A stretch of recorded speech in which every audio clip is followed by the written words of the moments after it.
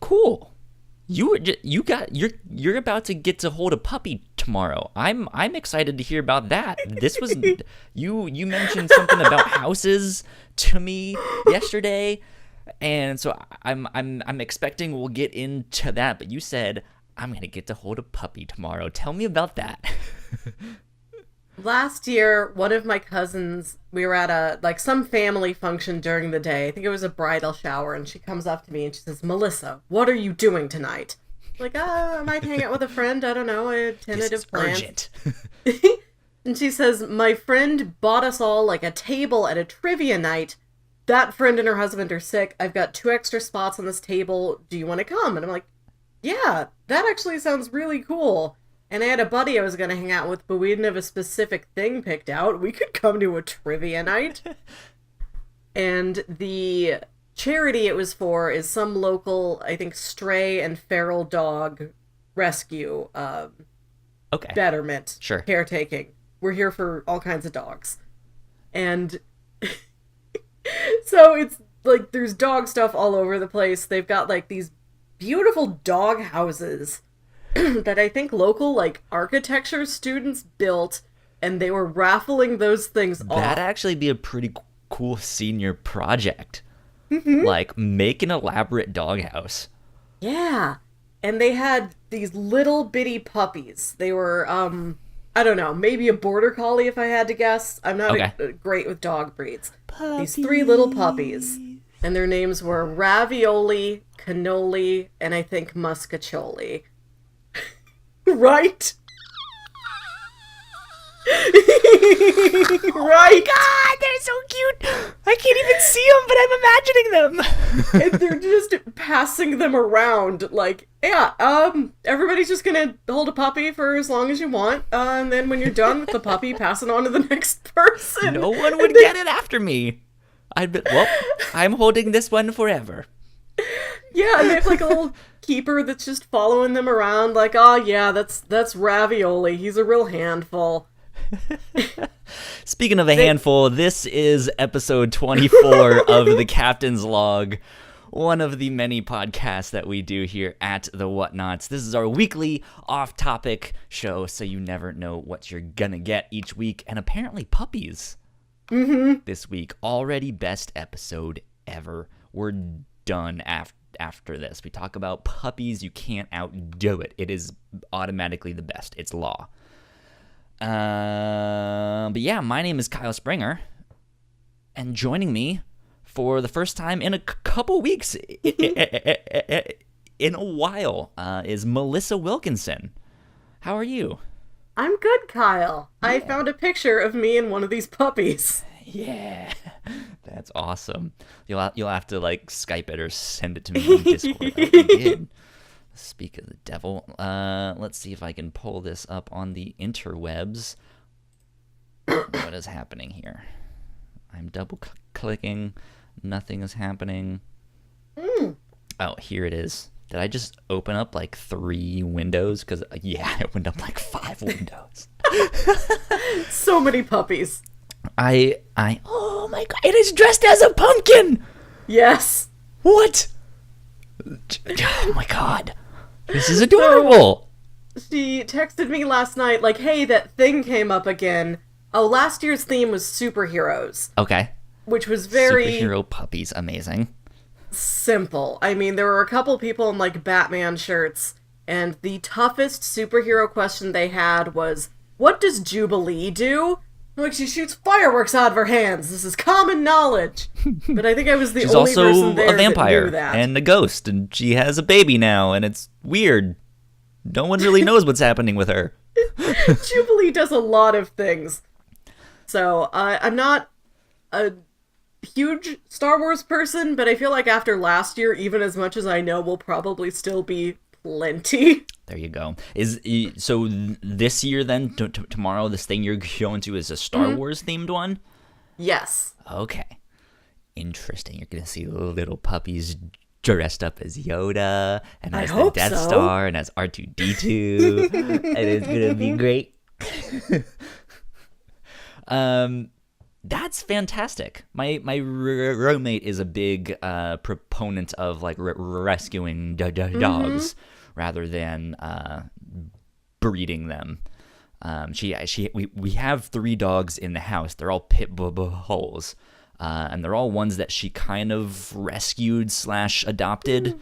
And the one she got most recently, which we've had for like a year and a half, didn't like me for a long time. And he still does not like new people. He must have been bred to fight or something, or who knows what. Because yeah, his ears are clipped, and he is not good around new people. But he is the biggest mama's boy.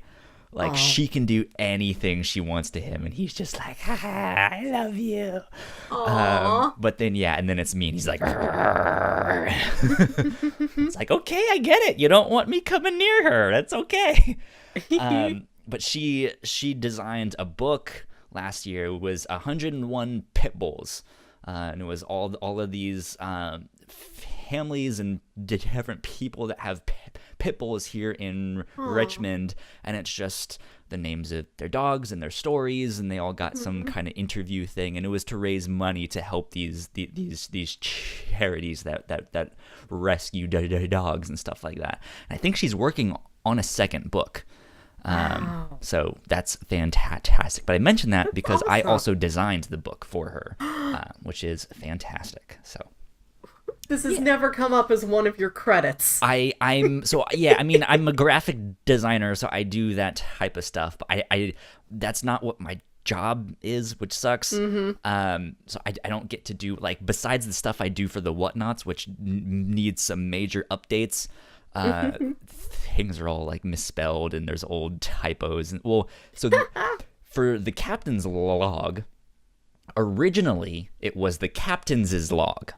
It was plural possessive, because me and Paul, who was the co-creator of the Whatnauts, we were like this show was originally supposed to always be us, like, no matter how big we got, or who, or how small, or just who came on board, all these new shows that we could think of, like, this show was always for us. We can have guests on, but like at the heart, it's like, this is the show where we just come and hang out and like find out how your week was and stuff like that. And so we were both captains of the ship, so to speak. We have this like astronautical theme, so it's a big spaceship. And yeah, it's like a captain's log is like everything that's going on the ship, or I always like to think of it as a weird diary. Dear diary, today we found a sea urchin. But it was, so yeah, since we were both the captains, it was plural, but it's like a captain's log is possessive, so it was plural possessive. So it was the apostrophe after the s, and so the original artwork that I had that in it. And then the animated intro and all our YouTube videos still has the plural possessive thing. But then no one actually says the captain's log. We never actually said it. I think I tried to. It was just like, this is dumb. This is stupid. It's the captain's log. I don't care how many of us there are in the show. It's the fucking captain's log. But yeah, so I do graphic design stuff, and she was like, hey, I'll pay you $500 to design this book. And I was like, hell yeah. Nice. Hit me up for volume 2. Yes. So that's a pretty big bounty. That's more than I got out of that trivia night last year, because we won. Our table was the number 1 table. Hell yeah. For a lot of reasons, including that I knew what Jubilee can do. Well, you're into all the like superhero movie stuff, I know, but not as much the comics, right? No, I could like sit here and tell you every comic I have ever read, and it would be less than 2 dozen. And they've all been on the Whatnauts review show. Mostly. Find out more at thewhatnauts.com. Yeah, that's still neat. I mean, because that stuff is like, I feel like that stuff would be in a comic book trivia night thing. Yeah. They're gonna be like, well, in the movie, they who Mm-hmm. played this character? That blah blah blah blah blah. Yeah, I think we had those Yeah, so actor questions. it all fits in and rolls in. Oh, you got excited about something. Memory, light bulb. Okay, so as part of this loose superheroes theme, there was a category on villains, and it Okay. wasn't just like super villains like Lex Luthor, Sinestro, Ultron, any Uh-huh. of those. It was just general pop culture villains. And there was a question about I know you're not a big Simpsons guy, you haven't seen very much of it, but you know that character voiced by Kelsey Grammer. Oh wait, you also don't know Frasier. This is such a blind spot for you. You know the character Sideshow Bob. Are you familiar with that? When I Heard say the that name? Okay. If describe them, because I'll know certain Simpsons characters, but like, oh yeah, I've seen that in a Okay. image He's or the something. tall guy with like the spiky red hair and he steps on a rake and the rake smacks him in the face Okay, and he yeah, wants to yeah. kill Bart. Yes. So that's like what the question is. It's like, who's the character voiced by Kelsey Grammer or that shows up on The Simpsons trying to kill Bart? And Is the it answer is Silent Sideshow Bob? Bob. Is it The- Sideshow Bob? Is it Bob someone else or? The woman they have reading you the questions is very clearly not a professional MC, not anybody with any kind of public speaking background. I think she's just like a dog charity volunteer Okay, or like yeah. a woman who worked One at of the church. veterinary staff or the Yeah. church staff who's hosting it. Yeah, she's just a lady. And so she's reading everything like with a weird cadence and she doesn't know what words to accent and she doesn't actually know the things. She's reading the words on the page, but they have no context to her. And she kept mispronouncing words and I know there were so many of them the whole night, but the only one I remember now is that she said slideshow Bob. I would like to see that character. And on the next slide, we have. And as you can see, according to this graph, the percentages have gone up 2.9% in the last quarter. But according to fiscal year 2018, we. Which would be a great, like, very specific pun Halloween costume if you had, like, a big wig that looked like Sideshow Bob, but you wore, like, a nice suit, and you had, like, a name tag that said, like, TED Talk presenter, Slideshow Bob. If Sideshow Bob were to give his own TED Talk, he would be called Slideshow Bob. Uh-huh. There you go. Fantastic. Funny enough, speaking of trivia nights, I think Eric just read it too. He mentioned he was Eric is usually the one that hosts this with me from week in and week out. He is out of town. I believe he spent most of the day up in Seattle with his family. But I think he was up there because he was doing a photo shoot for a bunch of like Spider-Man cosplayers or like Spider-Man related Cool. stuff. I don't know exactly, but he put on Twitter or something that he added Amazing Spider-Man and the upcoming Miles Morales comic book to his pull list. And he said something like that was the first time in like a year and a half or 2 years that he's put a Marvel book on there. And which I don't blame him. Marvel doesn't really have much going on right now that's very interesting. There are a few really good ones, but I've been rating Amazing Spider-Man, and I actually just caught up with it like two days ago. In issue 6, which is the most recent one, Peter Parker goes to a trivia night. But they're just getting off the end of this storyline that hasn't fully been resolved yet, where this is hard to explain, and I actually didn't like the storyline all that much so far, but Spider-Man and Peter Parker are separated into two different identities. Okay. and like physical identities. So there is Spider-Man, who is going around as Spider-Man, and there is Peter Parker, who's like, well, if you're Spider-Man, I guess I don't have to be Spider-Man. I can just go be Peter Parker. I can settle down with Mary Jane. This is fantastic. But what the whole thing comes down to, it's not actually a separation of his two different identities. It's a separation of the power and responsibility stuff. So there's Spider-Man, who has all the power but no responsibility, and so he's kind of going off the hook. It's like, dude, you can't do this. You can't cause this much destruction, you know. And then there's Peter Parker, who he has to like, oh, I guess I'm the one with the real power that I need to take control of the, you know. Who knows? It hasn't been resolved yet. But in issue 6, he goes to a Spider-Man trivia night.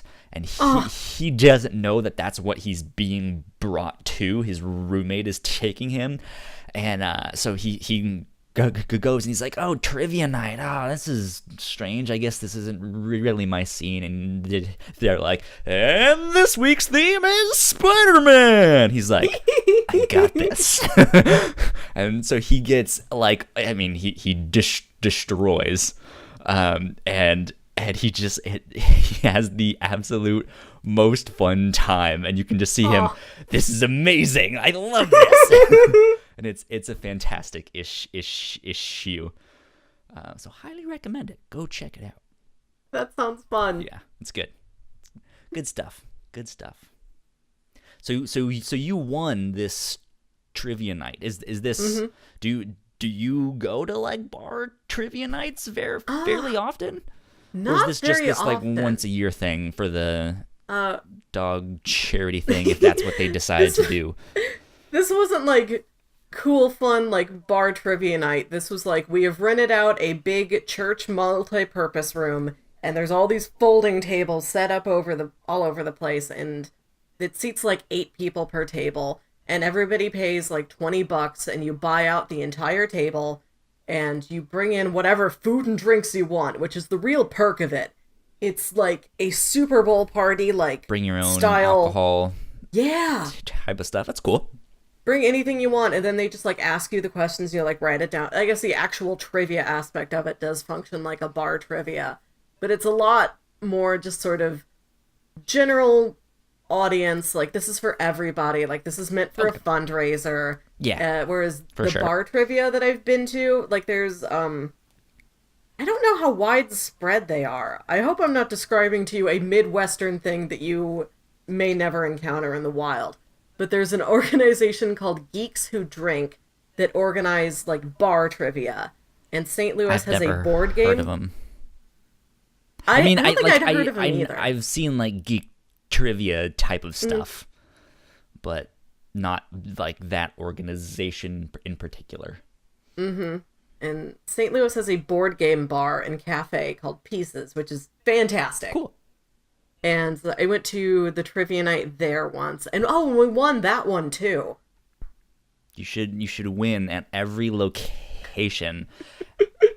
And just be like, so in Richmond there's a good like local brewery scene, and I guess the city, I don't know if it was the city or who, but they printed up a map of Richmond with all the local breweries, and each one you go to, you get a stamp, and you're supposed to go to all of them. And I think if you get all of them each summer, I think they do a new thing, you know. It's like you get a free t-shirt or some kind of cup or something, you know.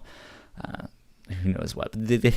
You should do something like that for the trivia nights. Win at each of them, and then you can rule the world. Yes.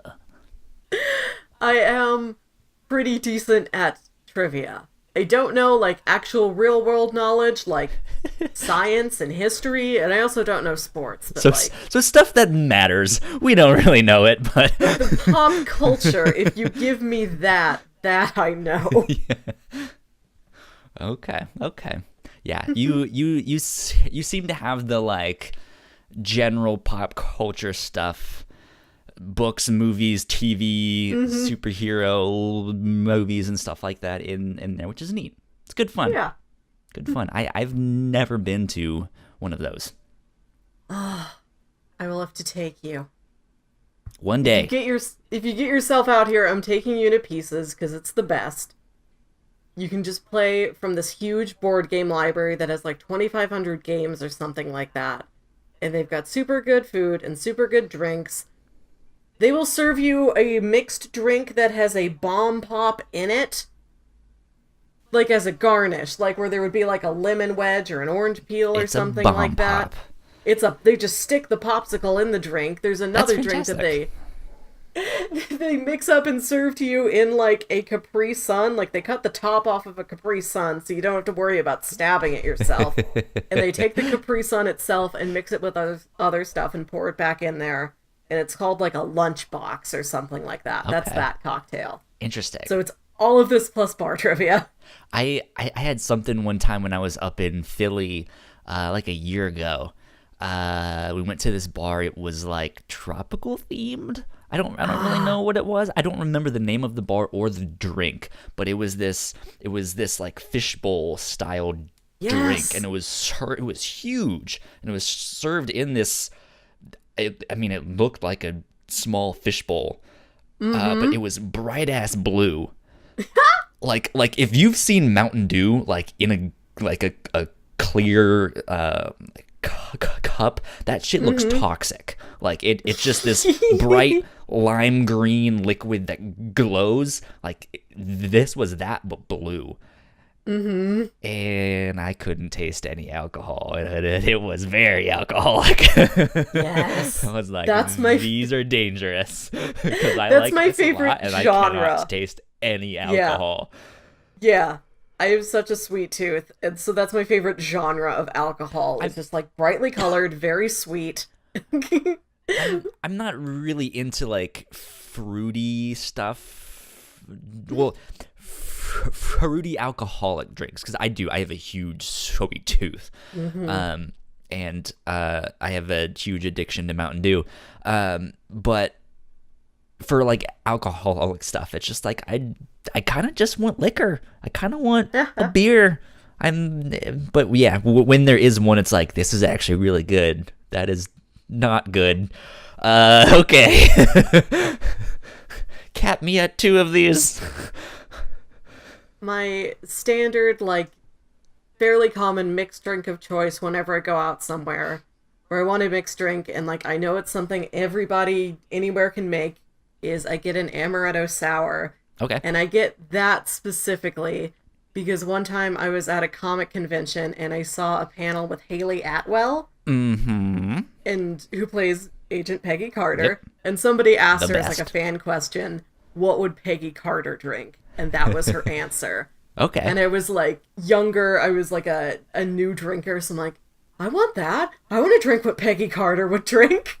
Wasn't there a scene she was at a bar in season 2? I don't know. I have yet to see the actual show itself. Ugh, shame on you. I'm gonna get to it. I do love Peggy. Peggy's amazing. That show is good. At the time, I think it was Marvel's best show.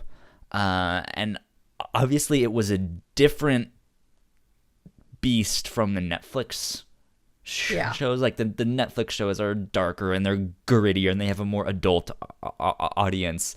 I think just as a like a fun-loving, lighthearted, good time, but still kind of a comic booky feel, I think that show just absolutely nailed it.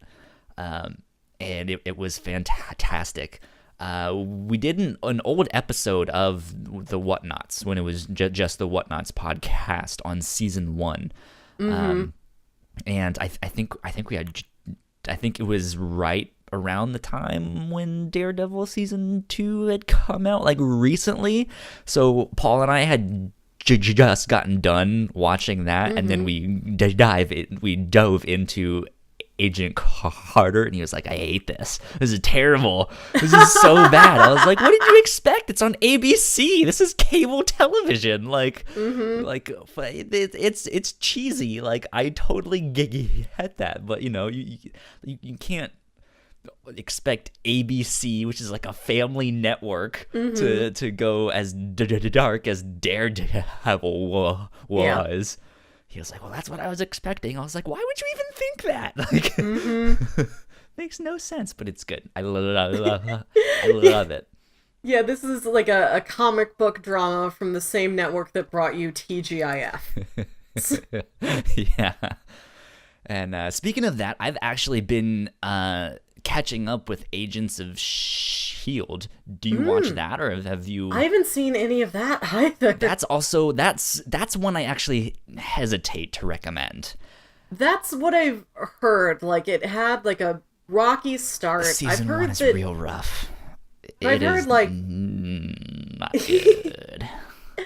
that after Winter Soldier came out, the show played with it. It involved the plot elements in Winter Soldier, and that turn like helped make the show a lot more interesting. Yes, very much so. So they're on so I'm watching season 5 on Netflix right now. I think season 6 starts this winter, if I'm not mistaken, or this fall, late fall. I'm not sure. They're one of those shows that their season is like 24 hour long episode, so it lasts for months. But yes, season 1 got off to a very, very rough start. It was very cheesy.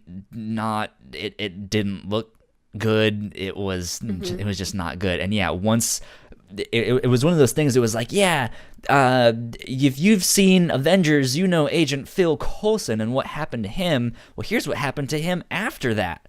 And people are like, wait, he died in Avengers. They're like, well, watch the show, find out what actually happened. And yes, and so he did die, and they brought him back to life. That's like the start of the show. And it's one of those things where like it kind of crosses over, but at the same time, it just kind of stays in its own corner and doesn't really mention anything that's happening. Like, at least where I am now, they haven't mentioned anything about Thanos. Maybe that'll be in season 6. Who knows? Ooh. I don't know. But yeah, I mean, they've crossed over. The first like 3/4 of that first season are just garbage. It sucks because there's some plot points you kind of need to know, but it's like, just read a Wikipedia page and then maybe start from like 3/4 of the, like, find which one you need to start with for the Winter Soldier stuff. But yeah, once the whole like thing of like S.H.I.E.L.D. has been infiltrated by Hydra the whole time, we didn't know, oh my god, then it was like they are also dealing with the ramifications of that. And it's neat because they had a character in the show on the episode, like 2 or 3 episodes before that, he was making appearances on that show for that like that story arc. And then at the episode before the movie came out, he is called off to go do something, and the next time you see him is in the movie. And so you go see what he leaves the show to go do in the movie. And it's like, okay, so he went to go be on the boat that starts off the Winter Soldier thing and all of that stuff. And Sharon, she started on Agents of S.H.I.E.L.D. Do I have that right? She makes an appearance as well. She's doing stuff there as well. You see Nick Fury. You see Lady Sif from the Thor movies. I mean, you see different characters. They start to name different things back and forth. One of the characters from S.H.I.E.L.D. who turned out to be Hydra, that was on the World Security Council that you see in like the holographic things. He makes appearances on the show as well. But yeah, I mean, it's one of those things. My roommate actually asked me. She was like, "Hey, what are you watching recently?" Because she knows I watch a whole bunch of stuff, and I was like, "I'm catching up on Agents of Shield." So it's like, "Oh, that's Marvel. Is that supposed to be good?" I was like, "Well, it is good, but season 1 is really bad, and Yeah. even then, like, it has its ups and downs in between." As well, there's certain times it's like, whoa, this is really good, and there's like, okay, this is not as good. Like, I don't mind skipping this, but season 5 has been really good so far. I'm enjoying it immensely. Neat. Yeah, I'll leave it at that because I could talk forever about that. But it's good. It's one of those things that if you stuck it out, it has paid off. Okay, Well, awesome. That's so. good to hear. Yeah, it's good. Good stuff. So you mentioned houses, haunted houses, mysterious houses to me the Yes. other night, and you were real excited to talk about these. What is going on in your life? Are you house hunting? Are you ghost hunting? You I'm just doing moved neither of into those. an apartment, so I was like, what in the world? What I sent you was I want to talk about mysterious local houses. And this was I was like, what? I don't know what's happening out in the world. I should be prepared with like at least one talking point just in case. And I'm like, well, have you told Kyle about all the house driving that you do? So me and my friends, one of our favorite hobbies is that we just get in the car and we just drive around a suburban neighborhood. Okay.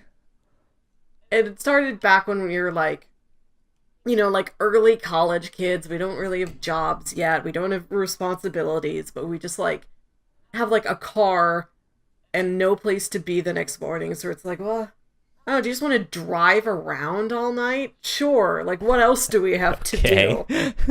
So we just drive around our own neighborhood, and then we just became fond of it. And we're like, let's drive around other neighborhoods. So from here to like a solid 45 minutes to an hour away and like a perimeter around our hometown, we're like, let's just drive around and look at the houses. Okay. And we admire the architecture of them as much as we can. That's not... I feel like that's something you would really only do when there's like Christmas lights or like Halloween decorations. Like, let's go see the houses that are decorated and stuff like that. It also sounds very much like something white people would do. So let's just go drive around another neighborhood, Susan. I guess so. Yeah. I mean, we are both white, and I mean, like, my mom was very much a let's go look at the Christmas lights type of thing. So Me too. It's not foreign to me. So we look at the houses, and like we've just learned, like we barely know the vocabulary words for any of the actual architectural features, but we're just like, Yes, look at those I like columns. the Victorian porch on this one. I concur. We're just like, boy, houses that look kind of like cabins but aren't actually cabins are the best. Or, oh, that's got one of those second-story porch things. Or, oh, cool, a balcony. And like, we're from a neighborhood where we have, it's just like I grew up in a 3-bedroom, 2-bath, just 1-story ranch house. Okay. 2-car garage, very middle of the road. Mm-hmm. Lovely little neighborhood, but nothing very special about it. Sure. Like, there were a handful of split levels, but there's like no 2-story houses in my neighborhood. So when I go to a neighborhood that just has 2-story houses, I'm like, wow, this is the big time here. Yeah. Technically the house I'm in and the floor I'm on right now is the 3rd floor. We have a 3-floor house, but the basement is a separate apartment. So we have the top 2 floors. So I'm on, if you just go by the apartment, I'm on the 2nd floor. But that's all. So And there is our one of our favorite places to drive around. And it's something like everybody around here knows. And it's almost like a local attraction that is never advertised because it's not really an attraction. It's just a thing people tell each other about. Like, have you been there? You should go there. It's this. And I realized, like, we all talk about it. I'm like, oh, nobody not from St. Louis has any concept of what this is. Like, my roommate moved here from a town, like, an hour and a half away. And she's like, I've never heard of this thing. And I got to, like, show it to her. Like, oh, you haven't been here? I'm taking you here. She's like, this is amazing. Now I'm taking everybody here. And what it is this bigger than a neighborhood, smaller than a town, like this sort of developed area. It's a community, this planned community, sure. And it's called Newtown, which is the most generic name in the world. And you drive in, and it's from in the last, like, 10 or 15 years. So it's all these... Sorry to interrupt. How long do you think they spent naming that? I don't know. I have no idea why it is just called Newtown. Well, this is the second town we get. We have to figure out a different name from the old town that we built. What do we call it, Sam? Newtown? Genius. Yeah. Let's do it! And this place looks like it should have one of those names, like, welcome to Meadowbrook Chase. Mm-hmm. Like, something like that. No, the most generic name possible. It's like those Dharma products on Lost that just say ranch dressing. It's the town of that. Have you seen, there was someone I saw that designed, like, generic, like, new packaging for generic products, and it was just like the most plain ass Swiss typography, which is, I mean, it's just like Helvetica on a grid, but it was like a carton of apple juice was just a yellow carton with the word apple juice on it. Like, that's all it was. I was like, yes, amazing. I love it. So Newtown is all of these crisp, pristine little 2-story houses, most of them, 2- and 3-story houses, all real close together in this whole little town area where they have their own, like, ponds and bridges and their own town square and their own businesses. Like, there's the post office here in this town. They like, here's a bar, here's a restaurant, here's a cute little ice cream stand, here's a place you can get your hair cut. Like, it's this little tiny community out of nowhere. Like, you just get off, like, a minor highway, you turn down, like, this road that has, like, big warehouses and, like, some farmland and a couple restaurants right there off the highway. You can turn off and get a McDonald's. And then you keep going, and then just suddenly there's this full community just in the middle of a field. Just pristine looking. It's almost Stepford-like. It's so crisp and so exact and so perfect. You know, did you ever listen to Limetown? Yes. Yes. I'm getting those vibes. Like, just in the middle of nowhere, all of a sudden, there's this, like, pristine town. Yes. And go listen to Limetown to find out what happened to that town. But yeah, so keep going. This entire place has, you get the weirdest feeling when you're in it. Okay. Because every, like, movie and TV show has taught you a place this perfect has to be suspicious. Yeah. This is a front, this is a trick, this is a trap. Everybody's going to tear their faces off and they're robots or they're aliens. Nothing is that naturally perfect. It's got this almost like Disneyland Main Street sort of quality to it. It's just that well designed and maintained and meant to look like super cutesy and charming. Are there, like, actual people living there, or is it? Oh yeah. Okay.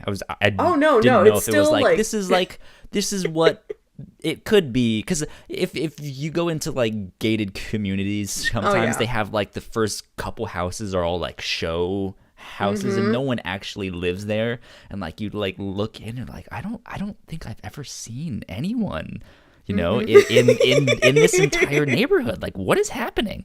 It's just those like first like four houses. Here's the different models that we have. You Mm-hmm. can look. So there are people that actually live there. Yeah. Is it like 1950s style, like white picket fences? Like they're in like an apron and they have cocktails at 6. Not like that. It's just this. I'm imagining Don Draper living there. They're just like it's kind of out in the western part of the county, kind of where getting close to the country, but like areas that have been very developed up in the last like 30 years. So it's like big nice houses Yeah. and rows of like here's your Applebee's, here's your Barnes and Noble. Here's your generic middle class restaurant. Here's your Yeah, bookstore. so I don't it's just I don't know, they're just folks.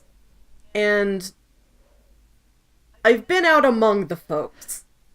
I one time a friend of mine's like, The "Hey, a school folks. buddy of mine has like a cover band that is playing at the local bar and grill here at like 5 p.m. on a Saturday. Like, let's go watch him." Sure. So I've been out among the people of Newtown, and they're just normal people. That's the thing about this place. Air quotes. Everything, Normal. every like They're fucking every aliens. every trope is telling you they should be aliens. But when you act, but it's also like it feels real. Like there's individual little touches. Like there's big, cute, like, quirky throw pillows Sure. on their outdoor porch furniture, and they go crazy with decorations. There's almost no front yards for any of these houses because there's just so much like public park space. Mm-hmm. So because they don't have a lot of front yard space, they can't just, throw up a big inflatable ghost or pumpkin. So it's trickier to decorate, so they have to get real creative with it. And there's all kinds of like light displays and decorations going up and down the actual houses. Okay. Like it feels real, it feels lived in, and it's got this very genuine, sincere charm to it. Like I've driven through it a lot. I would love to live there. I actually like it a lot. And it's Interesting. that weird juxtaposition of everything is telling me this should be bad, but I feel like it's actually pretty nice. My spider sense is going off. Yes. But I like it here. Yes. But also, Uh-oh. to more on the side of this place is weird. This place is really weird. It has an obelisk. I, what? You try- You. I feel like you stumbled onto some like cult compound. Newtown is the Midwestern Night Vale. Yeah. It's just a big, I don't know how, it's, as soon as you turn into one of the entrances, I think there's like 2 entrances off the main road to get into this community, because it is pretty big. You turn in there and in like the middle of a roundabout, there's a little patch of grass and like 2 benches on either side, and an obelisk that goes up like 18 feet in the air. So it's a big one. No, not Yeah. even like a small, like, hey, this is like the homeowners association won't let you have anything over 10 feet tall, like it's going to be a danger. It's like, no, this is a fucking obelisk. You're in ancient Egypt right now. Yeah, and one time, this is the first time I took my roommate there. She's like, I have to get out and like take a Damn. picture of this obelisk. Why is there an obelisk here? And we walk around, and I'm actually like looking at the thing up close for the first time. And I'm like, well, an obelisk, like the Washington Monument. It's probably a monument to something. I don't know exactly what obelisk is meant to like represent, but it must be something. No. I walked all around that thing, all around that like patch of grass it's in. There's not one plaque. There's not one sign explaining the thing. There's just It's a an secret obelisk. entrance. Like that's a normal thing for a place to have. It's a secret entrance. Or it's some, like, homing beacon for the alien mothership. What? And that's so weird. And another fact about Newtown is I cannot verify this. This is rumor only. I don't know how in the world I ever would verify this. There is some swingers there. It's a sex cult. It is a sex cult. It's not entirely a sex cult. When I've driven through there, there's been like plenty of just like happy young kids out there playing and like walking a dog or like bicycling around. It's a family community. But this is a thing I have heard. Again, I don't know how I prove this. Pineapples have been a big thing this year. You see pineapples on stuff. Like people decided that's just the fun new like I mean, pattern. people are putting it on pizzas. You'll see like, a cute like girl's top that's got like a pattern of little pineapples It's like or something on the it. 80s Hawaiian shirt is kind of coming back, but instead of it being a Hawaiian shirt, it's more of a like a patterned shirt. Mm-hmm. So I've seen a lot of pineapples. I've seen a lot of pineapples on like porch and home decor as I've driven through there in like the summer months. And I'm like, oh, they like pineapples. People, they just sell things with pineapples on them nowadays. And I have a cousin who lives out, not in that neighborhood, but like the same rough area. Like probably the same like area code phone number. And he's like, yeah, I just moved out to this place and I had a pineapple and that I bought to eat. And I was going to put it out on the porch because there's something about like being out in like the natural air that like will help a pineapple like ripen faster or something like that. So it's like I put the pineapple out on the porch and then one of my neighbors came by and is like, did you put that out there to ripen it? He's like, yeah, they just wanted to eat the pineapple. So you're not doing the neighborhood signal that you want sex? No? Yes. Okay. Yes. Moving on. I have heard word from this cousin and then from another person, so from two unrelated people, which is not a high scientific study, but it's not just one guy, it's two guys, which is twice as reliable as the one guy. The pineapples mean, hey, come around, we'll get social with each other. Interesting. Yes. Interesting. That's so weird. And again, that still doesn't make me not want to live there. I'm gonna put pineapples all over my house. I still want to live in this place. That seems like a perk.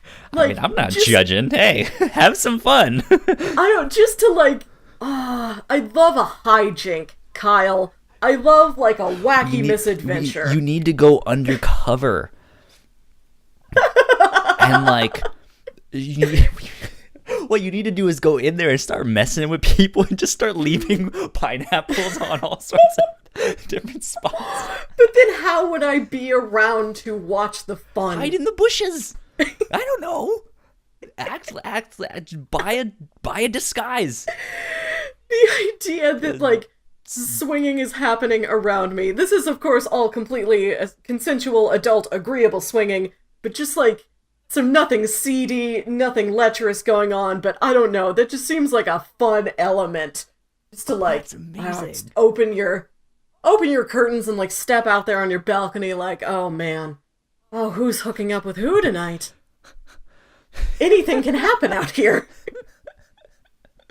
That's amazing. That's I kind of need to see this spot to believe it. I know, because it's so hard to describe. Like, I spent so much time trying to quantify this feeling to you that you get when you're in this place, and there's nothing quite like it. Oh, here's the website for the thing. Oh God, so you can at least kind of picture like what the houses people on and their everything website, looks like. Right? Let's see if we can pull this link up without opening 6 different Internet And things. the homes themselves, like the actual physical houses, look great. Newtown. They look like they're just big enough, like they're just the right size. They're not ostentatious, but you got room to play with.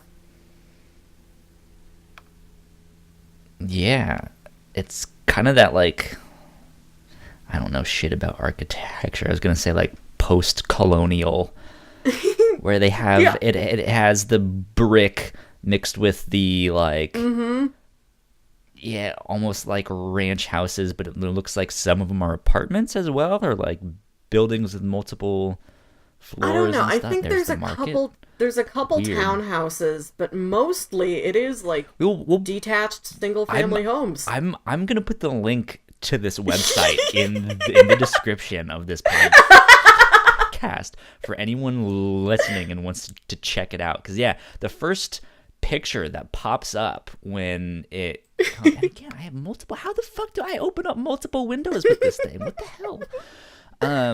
But the first picture that pops up, yeah, is just this like pristine picture. Everything is perfect. There's 2-3 cars that I can see, but they all look like the exact same car, It is which weird is that also oddly suspicious. these three there just happen to be three cars parked on the street where this photo is taken. They are parked like Events. equidistant from each other. See, even that is like weirdly patterned out. There's no upcoming events at the moment. I bet there will be some. Which I'm gonna seems drive strange around it. why they wouldn't again have like soon. Halloween stuff up there yet. Oh, Yeah, like I and then they said. have their Instagram. They have an Instagram page at the bottom of the website. It shows all of their Instagram posts, and they have a Twitter, twitter.com/NewtownSTC, St. Yeah, Charles. it's in St. Charles County. To Okay, sort so- of, if anybody knows the general St. Louis area, yeah, it's off 370 around St. Charles. Weird. That's so weird. I'm fascinated. See, I really wanted to tell you about this because, again, there's no reason anybody not from here would know about this thing. But it's I mean, such I've weird seen spot. communities that look similar. I grew up in Northern Virginia, in Fairfax County, which at the time growing up, I don't know if it still was like the richest county in America, but I lived on like the broke ass end of that. But yeah, like I've seen neighborhoods like this where all the houses look just brand new. They're all immaculate. They all look perfect.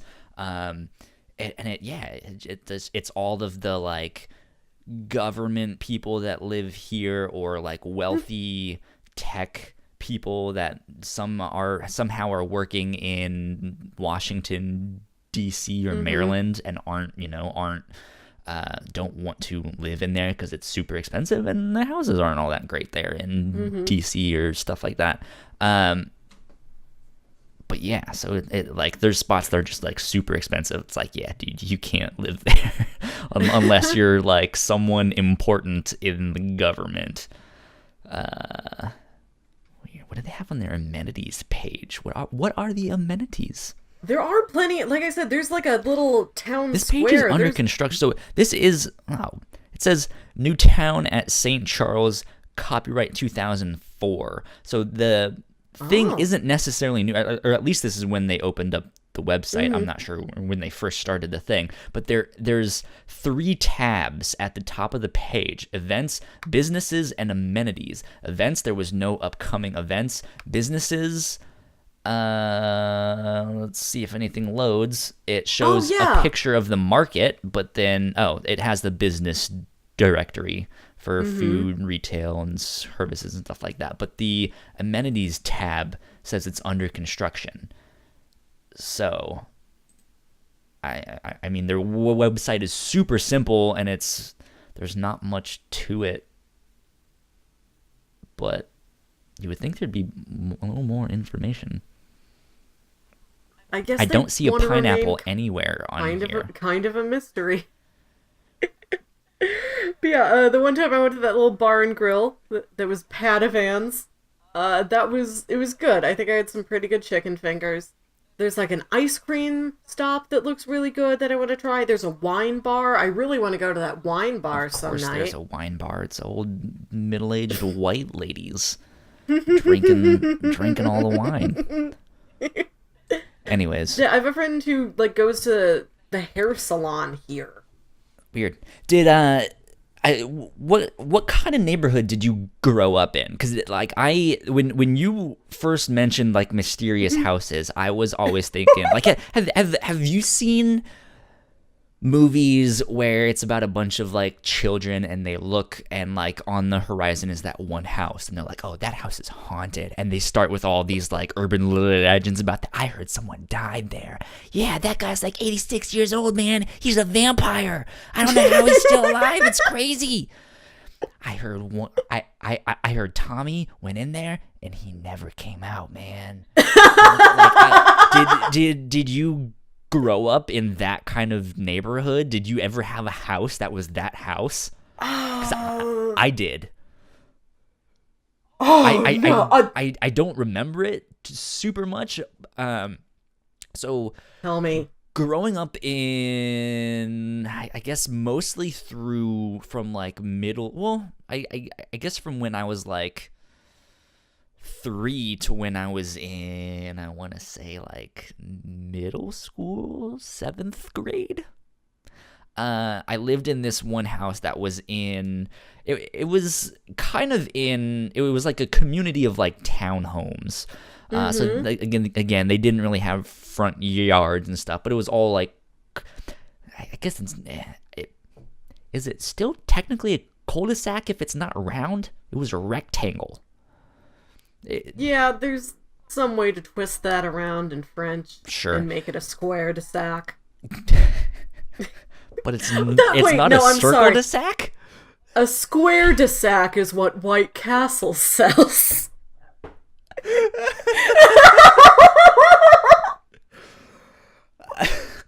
So yeah, I grew up in a square de sac. And it was all these townhomes. It was like 3-story town homes, but they weren't that big. Like they were small. In fact, the house that I'm in now is bigger than what I grew up in. But there was me and like 2 or 3 other kids. But in the cul-de-sac, there was my house. If it's shaped like a U, Yes. I was on like the bottom of the U, but like side of the U, but at the bottom is what I'm trying to say. I get it, But yeah. I wasn't in the corner exactly, just like I was in that bottom part. Okay. And there was a woman who lived in the corner who was, I don't know why she lived in Virginia. She looked like she belonged in Florida. She looked like Cruella de Vil, like super old, really tanned, really wrinkly, and she smoked. And so, she had that like really raspy voice, like, Yeah. what are you kids doing? And I felt like she had a New York accent, but that's just in my mind. But like I expected her to be like by a poolside in Florida or just at Yes. some like vacation home and not in that. So we had that house, and then there was a house a couple ones up from mine that we just like I never saw the people that lived there, but it was obvious that people lived there. Because we each had like reserved parking spots, and there was a car that would come and go that was in that one, and that was the house that we were just like, we don't know what's up with them. Like, what the fuck is wrong with them? Like, we never see them. Are they even real? Like, are they vampires? The house must be haunted, and all of that stuff. And so we just made up all of these stupid stories and stuff. besides that, though, it was not like it didn't look like a Yeah. haunted house or anything like that. It was just like, we don't know what the hell is up with that one. There was a house kind of like that in my neighborhood. It's still there. It's still like that to this day, where there is these huge trees. They're like some sort of like an evergreen coniferous tree. So it's not like a trunk for, I don't know, like 8 feet and then branches. You know, it's like it's branches the entire thing, the entire height of it. So it's those planted all around the perimeter of the yard like a barrier. And then you can look through the trees and the front porch is completely like enclosed. Like it's got like all these wooden columns around it and they're all screened in between. So and there's no door. So Weird. it's just the front of the house is entirely like screened in, built in. There's this barricade of trees around it. The only way in or out of the house is through the garage. And just how closed off it was, and how I did not, like, I think my mom told us, like, I think we asked her, like, what's with the house? It's like, oh, it's a very old man. I think his name is this. I think his wife died, and, you know, he just sort of keeps to himself. Like, nothing, like, more, like, oh, kind of melancholy than, like, what's he doing in So there? he's not a ghost yet. No, Are you he's sure not a he's ghost still yet. alive? I saw him wondering. a couple years ago, actually, for like the first time. I did not see this man for the first time until I was in my 20s. Yeah, and I was just walking through the Which means neighborhood, then and you were like, it was like 15 years ago. Like, 15 years can make a big difference, especially in people's lives as they get older. yeah. If he was like keeping to himself back then, I'm really surprised you saw him in your 20s. I don't Are you know sure he was if alive? I'm pretty sure he was wasn't a zombie? alive. I mean, I didn't go up and like try and wave my hand through him. But I don't know if I just was never at the right angle to see this thing when I was a kid, or if he got it later on, like when I was like in my 20s. But you could see, like, if you stood at like the right angle, you could see over the top of like that, 6-foot high wooden fence that's in the backyard. And between all of the big trees that are planted back there, there's the top of like a novelty old time gas pump. Well, the thing that was at once a legitimate old gas pump that now people buy as like a novelty decoration, like a real American Pickers sort of thing. For like a gas pump as in like a gas station? Like, Yes, okay. yeah, like an old Route 66 Sure. sort of thing. We're Cool, on cool, cool. Route Yeah. 66, there's a lot of stuff like that around here. So I saw that kind of peeking out of the top of the backyard. I'm like, oh, that's good. He's got something with character here. He can have fun. And- He has something to do. He collects Gas novelty gas stuff. into things.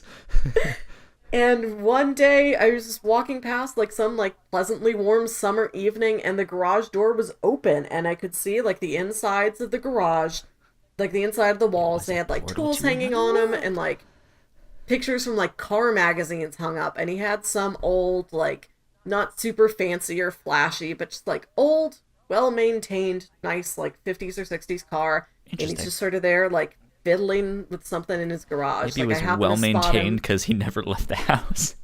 Yeah, I guess so. And also I never saw a car like in the driveway or around the house. Weird. So like people must have visited him, but like I never saw them. Yeah. But I just happened to catch him this one time where I guess he's just coming back from somewhere, or just leaving to go somewhere, or he's like, oh, I've got to do something with a chemical solvent to clean the car. It smells a lot. Let me open the garage door. Mm-hmm. And it's just this little old man with all this white frizzy hair like Einstein. So like that's what I call him. And like a handful of times I have seen him since then. Like, oh, it's a good night tonight. I just spotted Einstein there in his Marty, garage. we have to get back, Marty. Great Scott. Yep. Or could be that. Nailed it.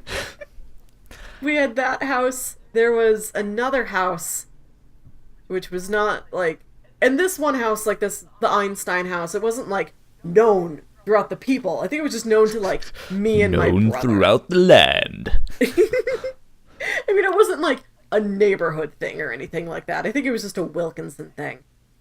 And the suburbs I grew up in were not rural by any means, but closer to country than to, like, city. Like, we were closer to a farm than we were to, like, a building taller than 6 stories. If that helps quantify this for you.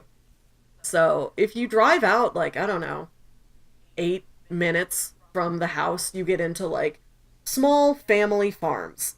Where it's like, I don't really have a great quantifier for how big an acre is. Where it's like a couple football fields. Sure. That's their farm. Yeah. And maybe they just have little crops for themselves, you know, sell tomatoes by the side of the road. Maybe they've got a little family sod business. I feel like that's something North County does, is get into family sod businesses. But there's this house, just this little white, like, older looking farmhouse that's set back from the road. Mm-hmm. There's the main road. There's, like, a long gravel driveway with, like, a big, like, a thick patch of trees on one side and just, like, an immense field on the other side. And at the end of that driveway is just, like, this little, like, dimly lit white farmhouse. And it's just spooky looking at night. I remember being, like, 10 years old. And my birthday's in October. It's coming on up here. And, like, my friend took me and my mom took, like, me and some friends to the mall to see a movie, and we went, like, past this area. Or, like, we were going kind of by this area, and I'm like, Mom, can we drive down that one road and, like, look at the spooky house? Mom, the road with the house! You know, like, for my birthday, it's like, I want to go to the mall, I want to see a movie. Can I look at the spooky house? And this one is, like, an actual, like, fluorescent legend, urban legend, sort of thing kids used to do. Not anymore. We kind of hold on to it just as, like, oh, remember when this used to be a thing? I mean, not actually, because we weren't young then, but, like, our older brothers have told us this. There used to be this road called Bubblehead Road, where it was said, like, you park out there at night, and it's out in, like, this is further into, like, country. Not, well, I guess not country, not like where they grow the corn and the sod, but like, it's just not as well lit, or like, it's more forested. Right. We're getting into, like, more foresty areas, like, less, like, development.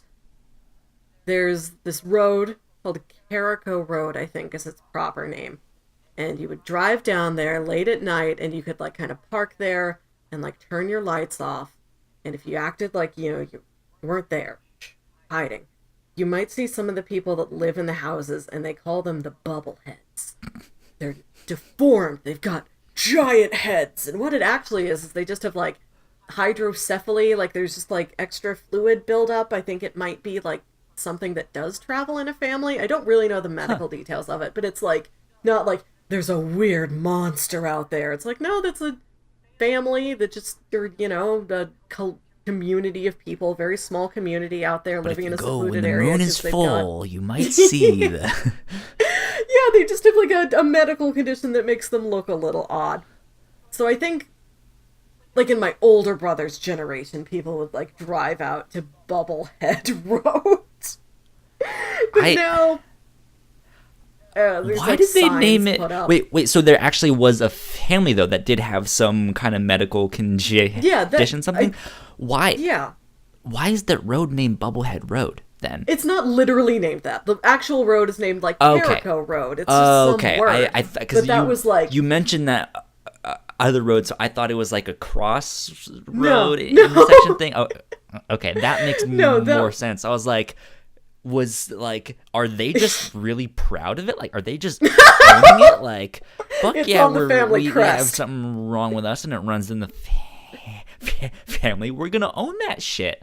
Mm-hmm. Or was it like Biff from Back to the Future was like, hey, look at the bubbleheads. Let's name this Bubblehead Road. You know, and just like, yeah, it was just the local. Fun of them. It's like, why? Well, it's mischievous stuck. Teen okay, nickname. so I guess it's named Bubblehead Road from now on. Yeah. the mischievous teens called it that. Okay. And like that legend kind That of makes a lot more persisted sense. through us, where my generation knows what it actually is.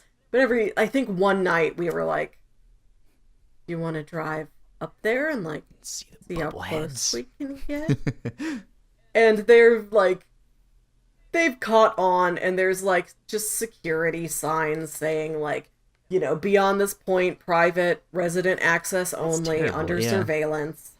Oh, I think we got up to that sign and we're like, ooh, okay, that's Don't enough go of a thrill past for a this night. line.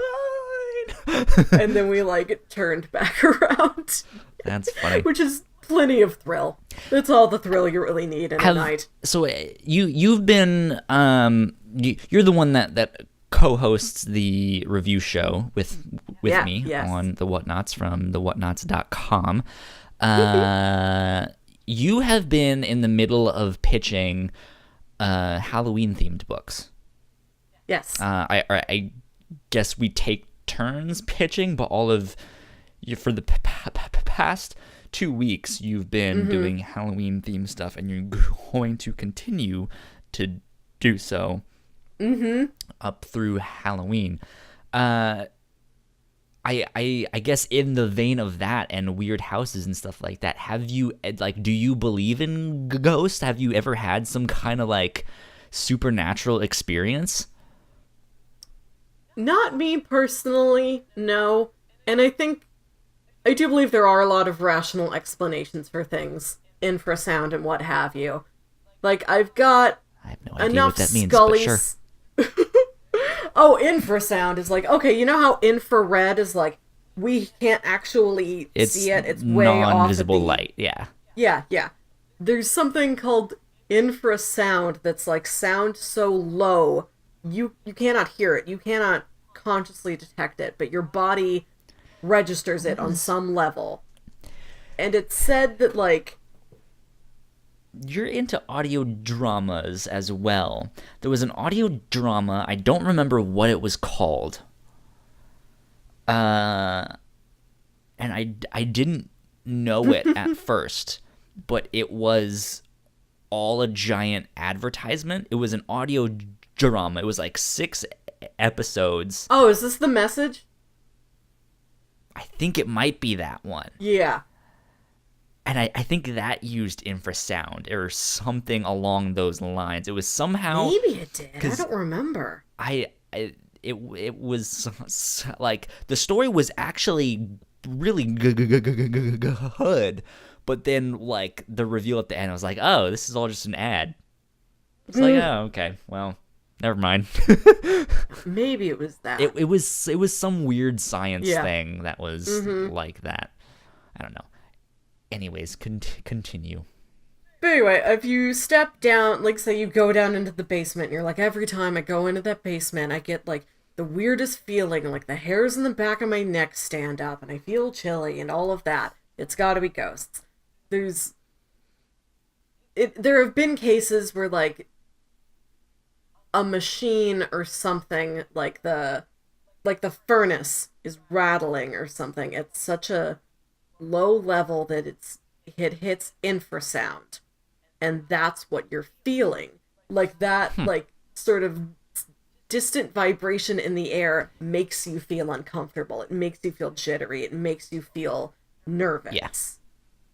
This is the very brief layman's explanation of what infrasound is, and I think infrasound can explain a lot of stuff, but I think there's also like, as Fox Mulder said, I want to believe. Yeah. So I grew up really religious, and I believed in like ghosts, or not ghosts, but like angels and demons and stuff like that. I don't really know what I'm more agnostic now. But I have had a really weird experience that I do not know how to explain. Yes. So we did an episode of the review show a while back on Wet Hot American Summer. I might have mentioned this on that episode. I don't remember if I mentioned the ghost story on there or not. You told a lot of camp stories. I don't know if there was a ghost story I that was in I think there. I promised to say more ghost stories, and I never Oh, did, or just like more camp stories, and I never yes, did. yes. Um, but yeah, so at that camp, which was like my church's summer camp, Mm-hmm. um, actually we had gone to multiple different camps, but the one that I'm thinking about is up in Pennsylvania, about an hour and a half outside of outside of Philly, Mm-hmm. kind of up in the woods in the middle of nowhere. And there was a lot of really weird shit that happened at that camp. So a lot of it was fake, and it was just Mm-hmm. us, like the counselors, making up stories, or like the ones that got there first was like, this is weird, we should make up a story and scare the Mm-hmm. campers and stuff. And so then the counselors that got there late were also told the stories, and they didn't know that those ones had made it up. So it was like, oh well, these counselors believe it's real too.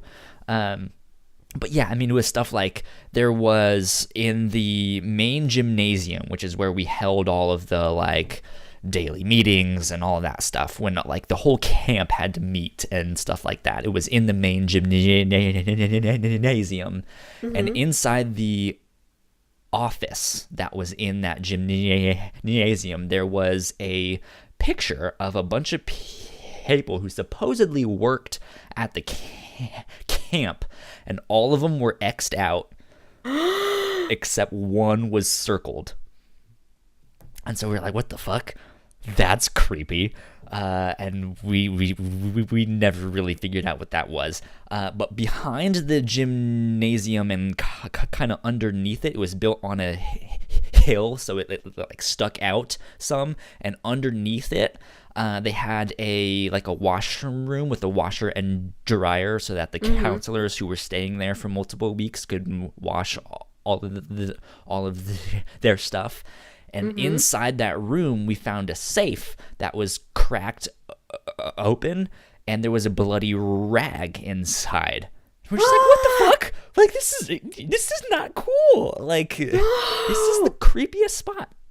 But so if you were there was like the main area of the camp, and the main gymnasium was at one end of that. And if you go from that like main area of the camp past the gymnasium a little bit, that's where all the guys' cabins were. Mm-hmm. And in that section, from the end of the gymnasium to about the like, I want to say like 50 yards till you get to the guys' cabins, it was pitch black. Like there was absolutely, like, if all of the lights were turned off on like the baseball field that was like way out there, like you couldn't see Mm-hmm. shit.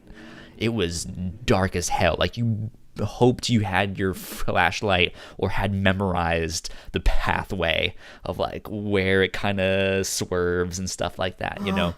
um so it was late one night, and I'm walking back with one of my friends, and we come across this strip of light, and we were like, that's strange, like that's usually not there, like it wasn't there yesterday. That's interesting, but it didn't really strike us as super weird just yet, because we were like, okay, we know that if like the lights from the baseball field are on, it's Mm-hmm. not necessarily pitch black, or like the river is down that way, so maybe there's a light on somewhere down there. And so we were just Mm-hmm. like, like I wonder if it's from the baseball field or from the river. And so I stuck my hand in this light. Well, first, before I did that, we looked to be like, okay, is this from the baseball field? No, none of the baseball lights are on. That's strange. So we looked down at the river.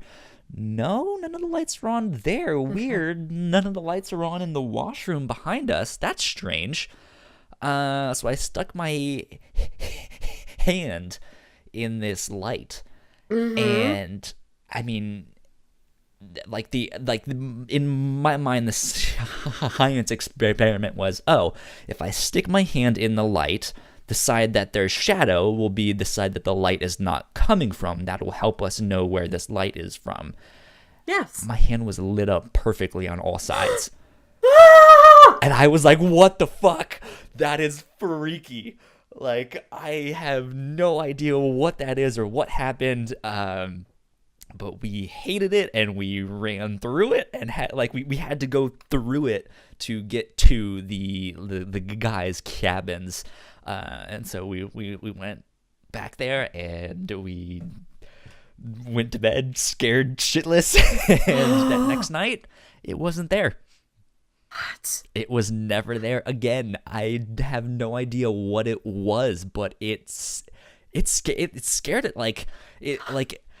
In encountering it wasn't that odd, but then realizing that like this thing was its own source of light, I was like, what the hell is this thing? Kyle, if you would have kept your hand in there for a second longer, an alien would have taken you. I'm so happy like this is a video medium between you and I. I can see that you still have both hands. I still have both hands. Good. You can see on the YouTube video of this episode, or if you're here on the live stream with us, or maybe I'm an alien.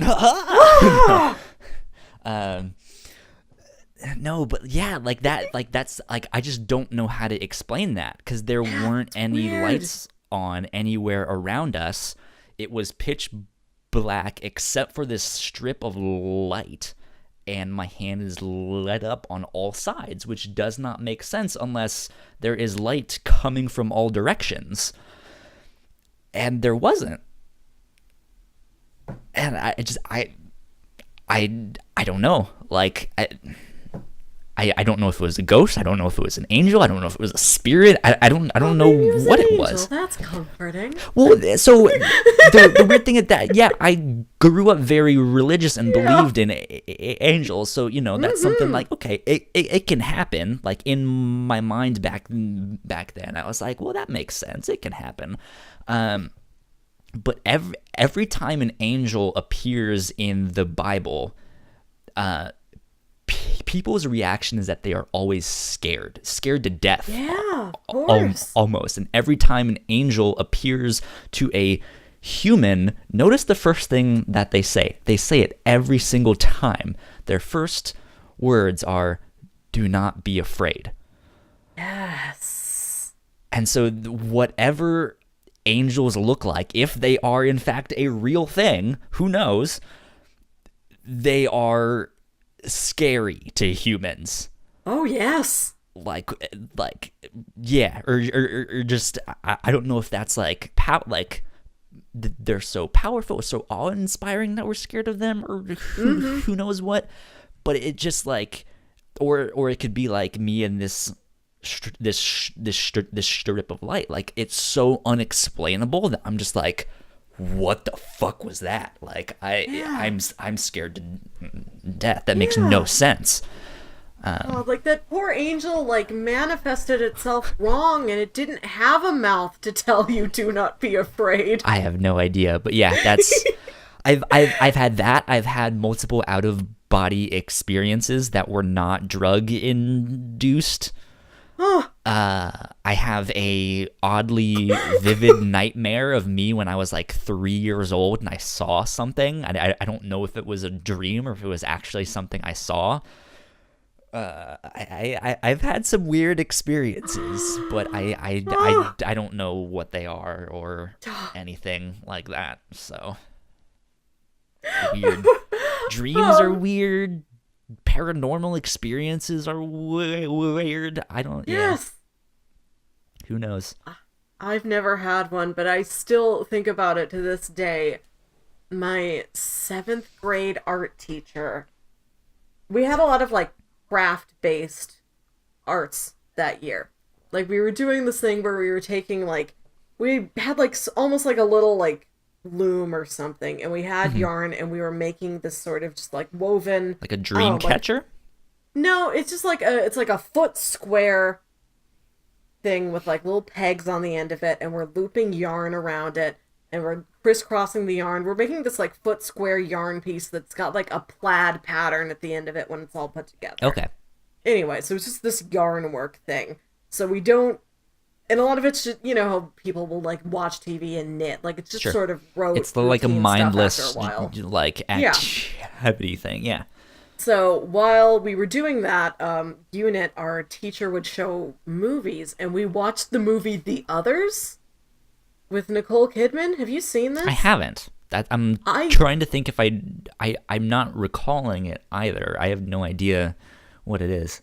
She's in a house with her 2 kids. I'll say that much. Okay. It sounds like a riveting movie. Here's the thing, like, she would talk over it, a lot of it. It's like, regarded as, I think, like a very good, like, sort of dramatic, Is it chilling like horror movie. like an art film, like, type of film? I mean, Artsy-fartsy. it's not like a jump scare movie. It's like, if you've seen Signs, Yeah. it's kind of that sort of... Of. Yeah, where it's like, like there's chilling moments, but it's not like jump scary, it's not gory, it's not horrific. It's that kind of a movie. It's a little more suspenseful or just intense. Yeah. I actually don't remember most of it because, like, sometimes I'd look down at my work, or like I'd be talking with friends, or she would be talking. Sure. And one of the things she told us, I think somebody asked her, "Hey, Mrs. Whitty, have you ever seen a ghost?" And she told us that when she was in college, she had an aunt who lived, like, out in the country somewhere on, like, a farmhouse. And close to this aunt's farmhouse was a community college where my teacher was taking, like, a summer class there. Like, they offered some very specific art elective she wanted to take. Mm-hmm. So for the summer, she was staying in a spare room at her aunt's house, out in the country with, like, nothing around her. And she describes going to bed one night, sort of snuggling all into bed, and then she hears a voice, and she said, when I heard the voice, I could picture this, like a goblin leprechaun sort of creature. Like, if you picture one of those, this is what it would sound like. Okay. I hear this voice say, I see you.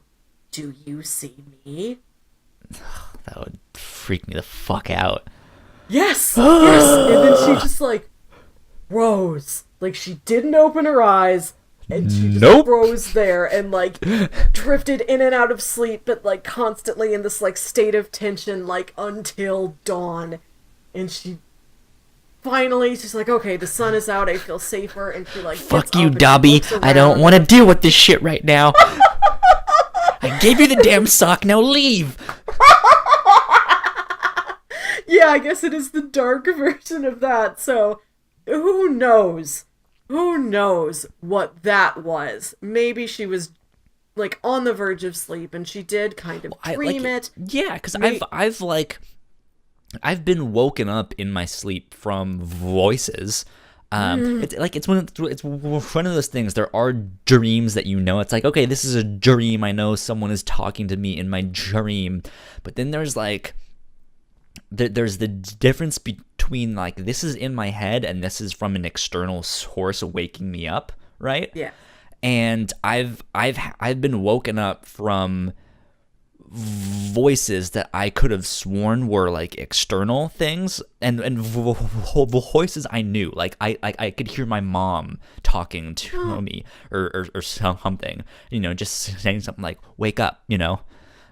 And I wake up and it's just like it's just me. Like, there's no one else in the room, you know? And it's like, what the hell? Mm-hmm. Like, that's strange, you know? But it may have been something like that, where it's like, it's this in-between thing, you don't really know. Weird stuff. We started tonight talking about puppies. And now we got here. And now we've pretty much ended it with puppies. Puppies are good. Puppies are wholesome. Go pet a puppy when you're listening to this. Make it a goal that every day you pet a puppy. Yes. Fantastic. Cool. Well, I say we wrap it up there. Let me do a couple quick housekeeping things, and then we can get on out of here. First and foremost, Wolverine Chronicles. I think episodes 1 through 4 should be out by time this goes public for everyone.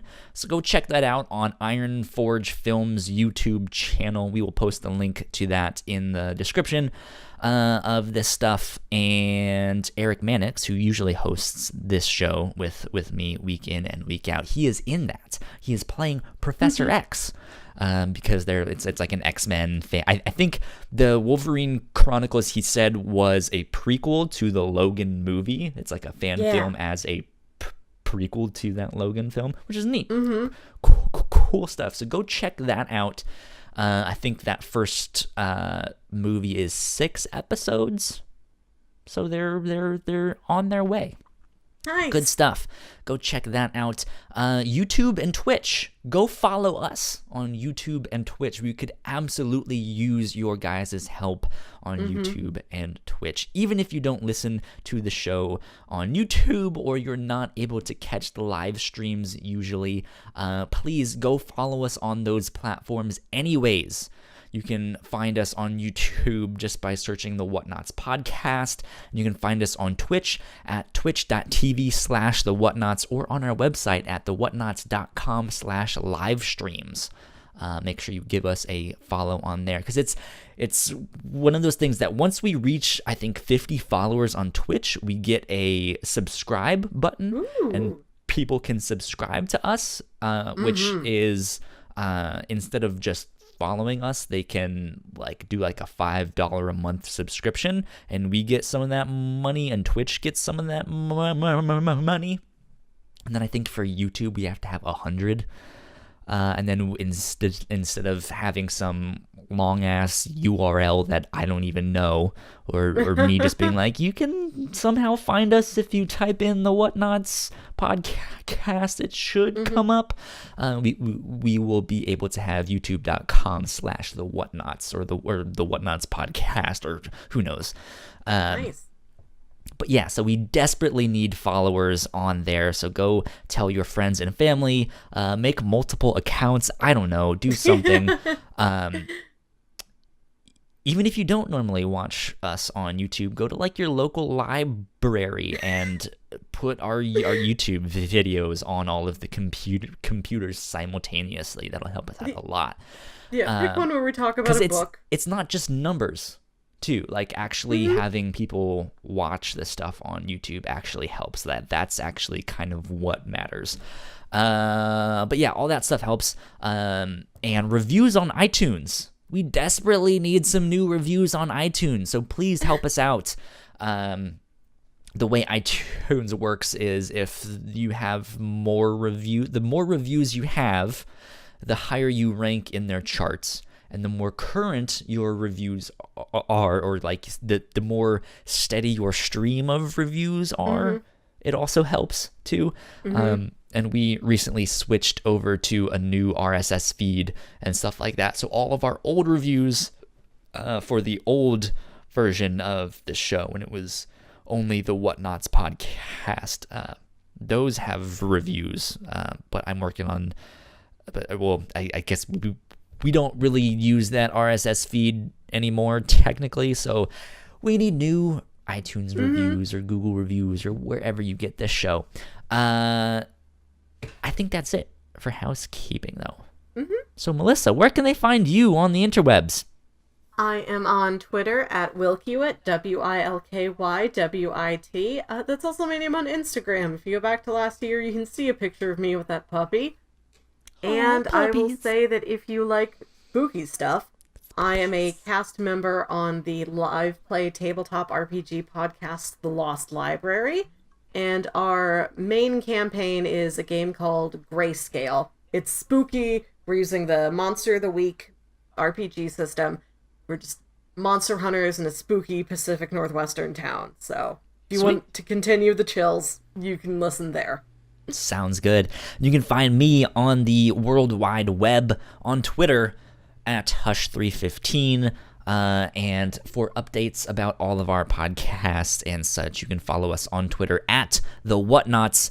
And if you liked this show or any of the other podcasts that we produce, go to patreon.com/the Whatnauts, and you can support us for as little as $1, and you can get early access to episodes, among other things. So please go check it out. Also, go follow us on Patreon too. If you did not know, you don't have to support someone monetarily on Patreon to follow them.